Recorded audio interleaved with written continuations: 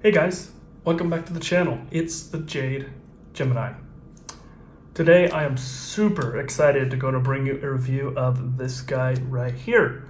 This is the Seiko SZSB006, or also known as the Seiko TicTac, or as I like to deem it, the TicTac Alpinist.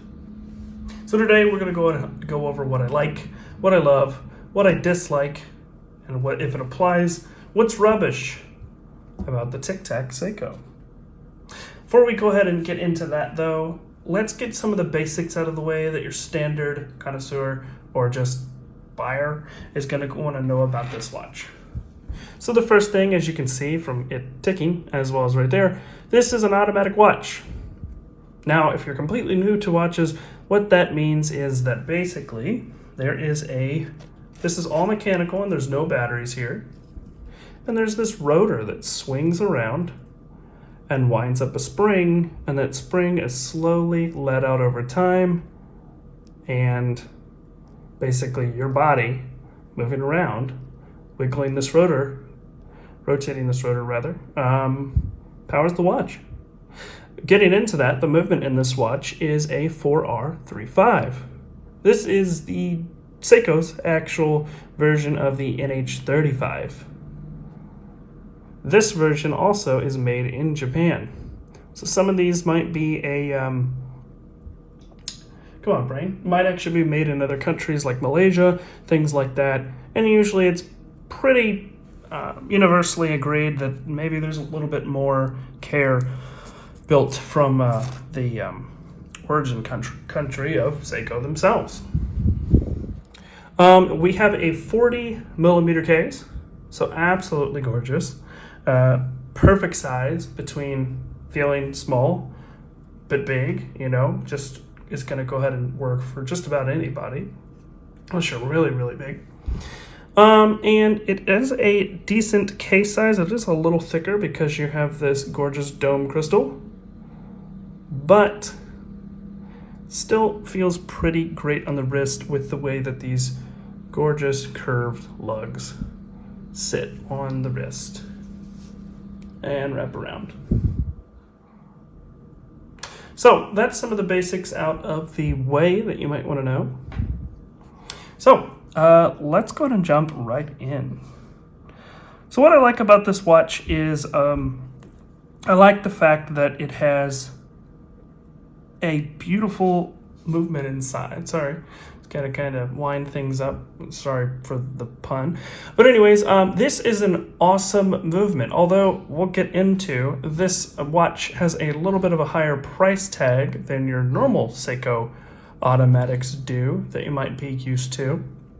It uses a movement that is more common, like we were going ahead and talking about the 4R35. This means that this watch is going to be able to go for 8, 10, possibly even 15 years between servicing. Now, of course, Seiko probably recommends sooner than that, but I'm pretty sure it's universally, accepted that you can run these things and they're kind of bulletproof, right? Next thing that I like about this is, due to that movement, it has hacking. So if you pull out the crown, the seconds stop, push in the crown, they keep going. That's just convenient.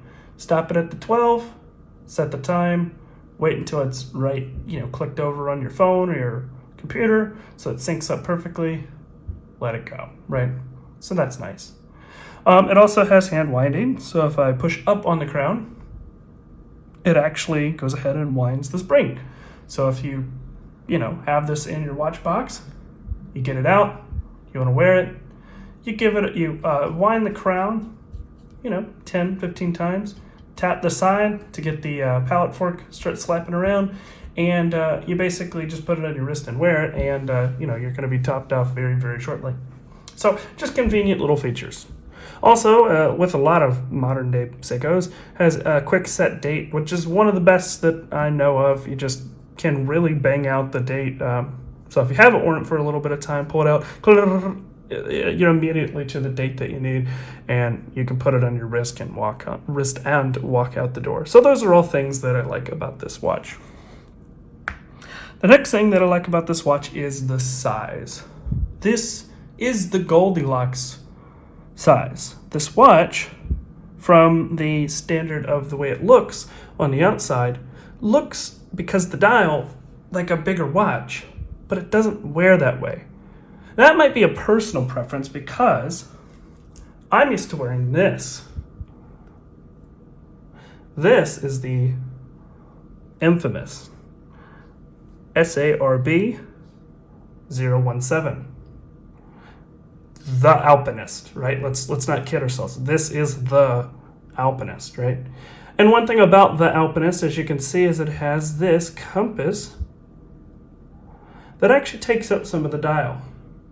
So it actually makes the dial feel kind of small, and it also has this sort of almost dive-like chamfer-ringy feel, which takes up, like I said, some of the dial and makes the watch just seem like this is the dial on the inside, and then there's all this room from the outside of the case. But with this, it feels a lot larger and a lot clearer because of that. So that's one thing that I like, is just the size overall. I just really like that. Let me be honest here. I'm really holding back. There's just so much to just vomit over this thing about what I love. So let's just go ahead and get into this. The first thing about this watch that is so sick that I love is the fit and finish. Having a Seiko that's made in Japan. Seiko, by the way, is my favorite brand of watches. Being somebody who was born in the 90s, most of my favorite things are Japanese, right? Love the JDM cars, Gundams, some animes. Call me a weeb, call me whatever. Look, I was born in that era, right? Gran Turismo, all that stuff. So for me, Seiko is my favorite, not only because I do genuinely like their tool-tastic designs, but I like just their whole ethos of like durability and value and just a lot of things. However, this thing takes it up the next step with this made in Japan. This is one of the nicest finished watches. Nicely finished watches that I've had. And I've had some Swiss pieces, Hamilton. I have a Glycine, which I absolutely love, a Combat. And again, the Combat sub is a little bit more of a tool-tastic watch. But this is just so... It's just hard to say. It's the reason why somebody can handle a Rolex, and then they can handle something that's really super nice like a Longines or a Glycine, right? And they can feel the difference, right? Same reason why I can have a $100 we-made, drop exclusive knife, one of the drop knives that are really nice, and then I can put this in my hand, and just the way the satin looks, the way my car, you can just feel the difference. There's something about what we're so lucky about being a human being, that we can just in our bones feel, that there's something different going on here, even if we can't put our finger on it. And that just has that. Just the polish looks a little bit nicer. The satin is just a little bit more defined. The edges are just a little bit more, just absolutely gorgeous. So that's the first thing that I absolutely love about this watch, is the fit and finish. The second thing is the design. One of my favorite things about the Alpinist is the fact that to coin a term, right? But this is like an explorer style watch. And I don't mean that directly because the Rolex is so popular, but in a way it kind of works as well. It's this watch that you could put on steel and walk in a boardroom, but then you could put it in a NATO strap and go hike up a mountain. It is just as much good on a leather strap, being dressy, as being a tool. And this feels every bit of that same way. Not only being a strap monster, no matter what you put on this thing, but also just being so versatile. Kind of fitting in with that sort of tough, tool-tastic feel, the design has hints of some of my favorite watches. Probably my Grail Swiss watch, call me basic or whatever, but the Speedmaster, right? Has that Speedmaster with these microseconds going around the actual second marks here.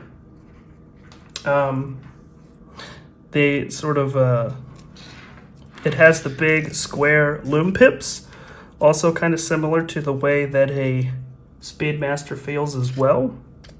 But then you have some of the field watch elements, which other than a diver, the field watch is right up there with my other favorite style of watch. You know, so you get sort of that with the 12 and the 6 and sort of the simplicity of this. And then, of course, my most important watch that I got married in and had when both of my sons were born, the Alpinist, with the exact handset, other than the second style here, which is a nice little arrow. So, nice little touch to keep it distinct. But you have these beautiful chapel hands. And then I'm a sucker for radio lume. But sometimes companies just overdo it and it almost becomes yellow. This is like a latte cream. Like just the smallest amount of creaminess from that, you know, sort of pure white that you would go ahead and normally expect. And this just makes it such a beautiful watch and a tool as well. You know, in the middle of the night, there are a lot of watches that are hard to read in the dark, even with the Alpinist, because they just have dots. But with this 12 and the 6, it is so easy to clearly indicate if I wake up, what time is it that I'm feeding this baby? Oh, yeah, it's 2:30. Okay, cool.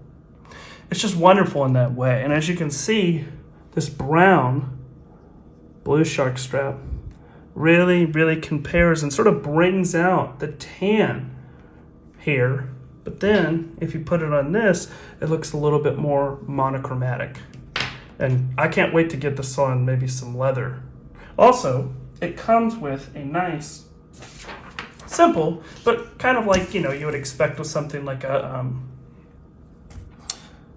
sorry, my brain went. So, like you would expect with something like a turtle or something like that. Like a decent, a really nice, you know, made, just pure satin bracelet. And I printed it out and it actually came out almost perfect size. Kind of silly.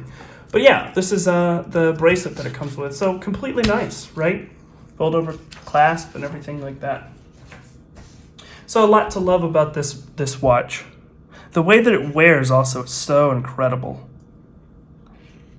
Just hugs to the wrist. Even if you have something like this with a thicker NATO that sits off the wrist, this thing is just sleek and fun.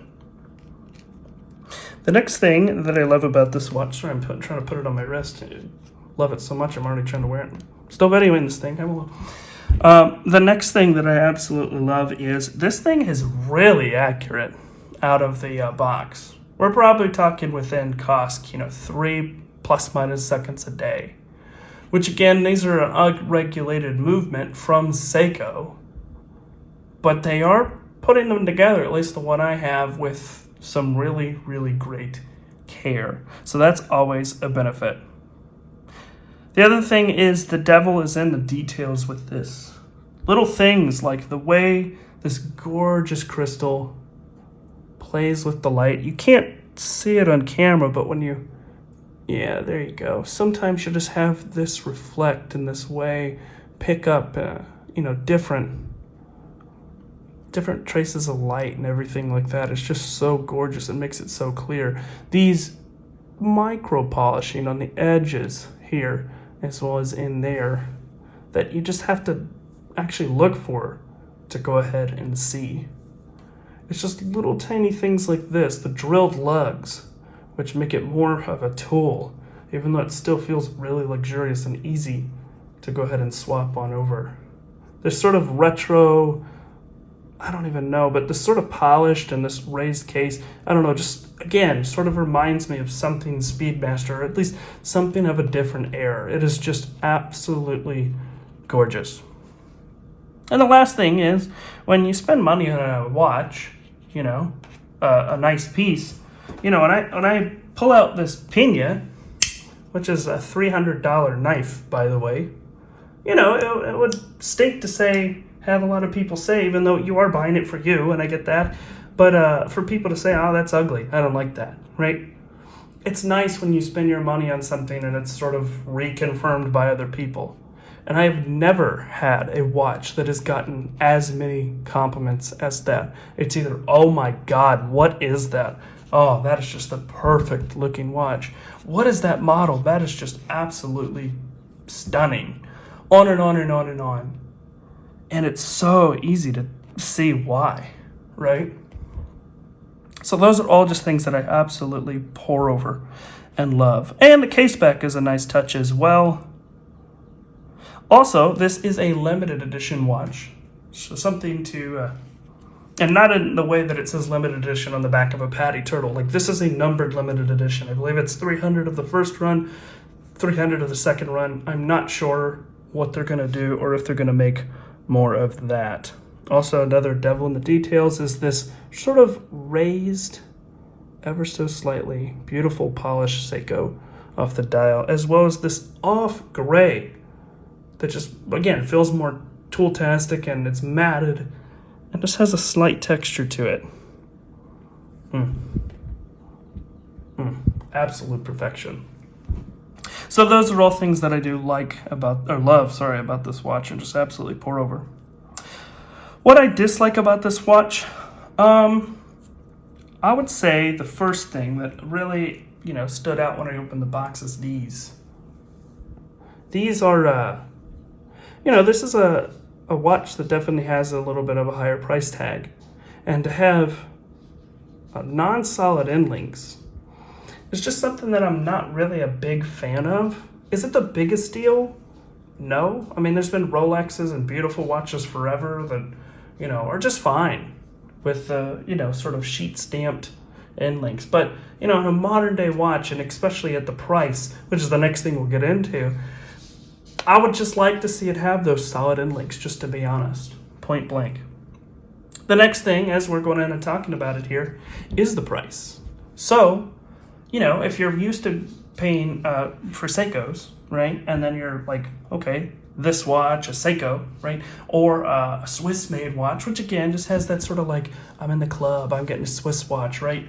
Even though this is every bit of as finished as like the equal priced, you know, Swiss watches, in my opinion, that I've, you know, handled as well. But even by that same token, this watch is about $550 to $600, and they are just going up in price as well. That's a pretty price to pay, although I definitely believe worth it, right? For an enthusiast that might not have this in hand and be in love with this watch just yet, to go ahead and buy. I mean, I even bought this, and when it was in shipping, I was really like, oh, you know, did I make a mistake? Oh, is there a way to Luckily, I had no buyer's remorse, and it is just absolutely one of my favorite watches that I've ever had, and definitely one I'm going to, you know, have forever. Actually, on the third day of being in the hospital, I had to run home and let out the dogs, and I took off the green Alpinist and put this on just to really seal the deal that, like, this is going to be a part of my life forever. So, you know, I'm going to, you know, when my second son was born, I'm going to go ahead and wear it. So I have another reason to just say I'm never getting rid of you. But again, that's pretty steep. Also, the fact that it is limited adds to the cool factor, but it also means that you could be watching this and possibly the prices are either really high or they're just not available. So just something to kind of keep in mind when you're looking at this watch. I can't figure out which one I'm gonna put on here. Yeah. Really, other than that, there is not too much to say that I dislike about those little things. I mean, again, at the core, it is a Seiko, right? And you know, it's one that has good fit and finish and keeps time, which, you know, there's certain Seikos that don't have the best fit finish, and there's other Seikos that are way off on time. Like this is probably like 19 plus or minus seconds a day, right? Which again, this is a watch I got for $60 off Amazon. My first automatic I bought for myself, and, you know, this is definitely a different price range. But there is absolutely nothing rubbish about this watch. So, coming full circle, this is an incredible watch. If you can get over the price, and trust when I say that the finishing is there, the quality is there, right? And you're looking for something different than a Hamilton, you know, or something, maybe a Longines or something like that you find online for a little bit of a cheaper price. I think this watch is 100% worth the price. But that's just the thing you have to get over. If you love the way it looks as well, you want a watch that is classy, but also has a little bit of rough and tough. I almost call this, Frank Sinatra, right? Has that infinite class, but just, also has connections with the mob, right? But all jokes aside, it's just absolutely gorgeous, and it has this sort of hark back to the past that's almost kind of hard to put your finger on, but it's just got such, class without even trying. It's just absolutely fantastic. So, anyways, I'm going to go ahead and wrap this up. I've oozed over this watch long enough. If you did like this video, I'd appreciate it if you go ahead and give it a like. As well, if you like content like this or content on, knives and other cool things like that, flashlights, go ahead and give a subscribe as well for more content. Also, it's a Seiko, so the lume is amazing. Blue aqua lume. Sorry. Everybody loves a lume chat, right? I forgot it. So, yeah, I appreciate it as well. You go ahead and watching this video, as there's so many amazing content creators you could be watching right now, and you've watched my video, and I really, really appreciate that. I hope everybody has a great rest of your week and stay safe. Peace.